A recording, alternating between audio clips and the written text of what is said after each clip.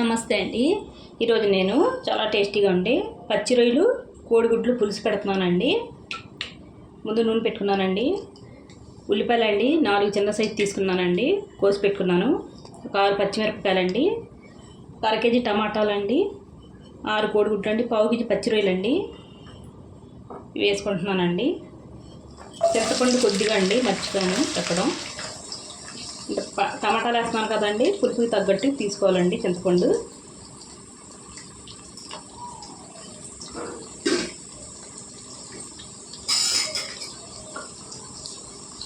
పచ్చిరొయ్యలు చూడండి వేడి చేసి నీళ్ళు తీసానండి నేను. 1/2 కేజీ అండి వేసేసుకుంటున్నానండి. రుచికి తగినంత ఉప్పు అండి, పసుపు అండి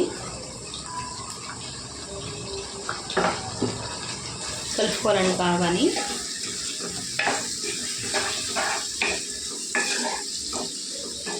ఈ రొయ్యలు ఉల్లిపాయలు ఉడికితే చాలా టేస్టీగా ఉంటాయండి. ఇలాగా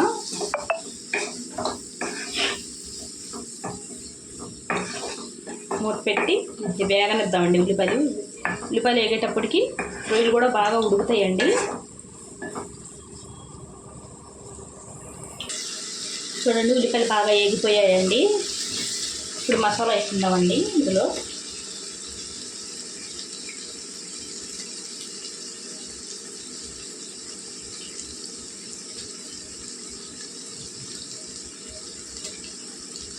నేను 2 స్పూన్ల వేసానండి.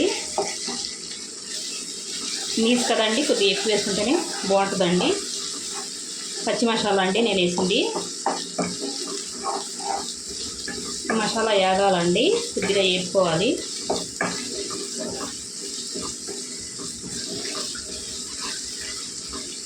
పులుసు చాలా టేస్టీగా ఉంటుందండి. ఒకసారి మీరు ట్రై చేయండి.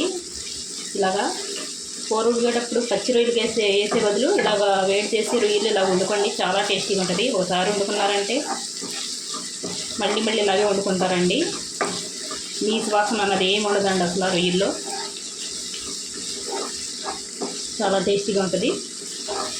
కొద్దిగా వేగాలండి. మసాలా వేగిపోయిందండి. కారం వేసుకుందామండి.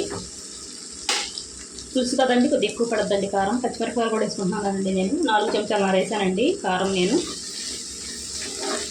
ఎక్కువ తినేవాళ్ళు ఎక్కువ వేసుకోవచ్చండి, తక్కువ తినేవాళ్ళు తక్కువ వేసుకోవచ్చండి.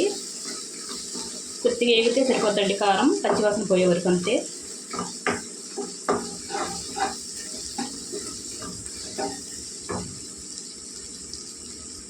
నేను టమాటా ప్యూరీ వేసుకుంటున్నానండి. బాగా కలుపుకోవాలండి. బాగా కలుపుకొని నూనె తేలే వరకు వండుకోవాలండి. టమాటాలు బాగా ఉడుకుతాయండి. అప్పుడు ఉడికిన తర్వాత చూపిస్తానండి మీకు నేను. చూడండి నూనె పైకి వచ్చేలాగా ఎలా ఉడికిందో ఇలా ఉడకాలండి. ఇలా ఉడికిన తర్వాత మనం చింతపండు పులుసు వేసుకోవాలండి. పులుపు చూసుకొని వేసుకోవాలండి. మనం టమాటాలు వేసుకున్నాం కదండి, చిన్న నిమ్మకాయ అంత సైజు తీసుకున్నానండి. నేను చూసుకొని వేసుకుంటానండి. నేను మరీ పుల్లగా లేకుండా వేసుకోవాలండి. సరిపడా చూసుకొని వేసుకుంటాను. మళ్ళీ నేను బాగా కలుపుకొని పచ్చిమిరపకాయలు వేసుకుంటున్నానండి. ఈ టైంలో వేసుకుంటే బాగుంటాయండి పచ్చిమిరపకాయలు.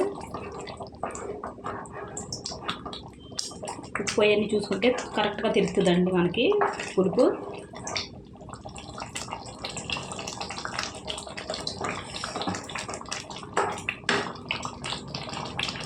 ఇది కూడా పెట్టేద్దండి. వేసేస్తున్నాను నేను మొత్తం అంతా పులుసు. ఒక 1/2 గ్లాసు పైన నీళ్ళు వేసుకోవాలండి. 3/4 గ్లాసు వేసుకోవాలండి. ఉడకాలి కదండి కూర.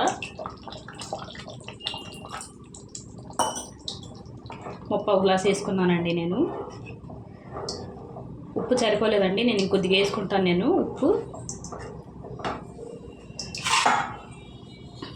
గుడ్లు అండి ఉడకబెట్టి ఉంచుకున్నానండి. నేను పొట్టు తీసి ఘాట్లు పెట్టుకున్నానండి. వేసుకుందాం ఇప్పుడు.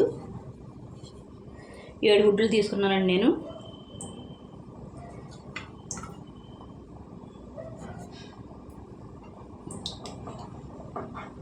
పులుసులో ఉడికితే చాలా టేస్టీగా ఉంటాయండి గుడ్లు.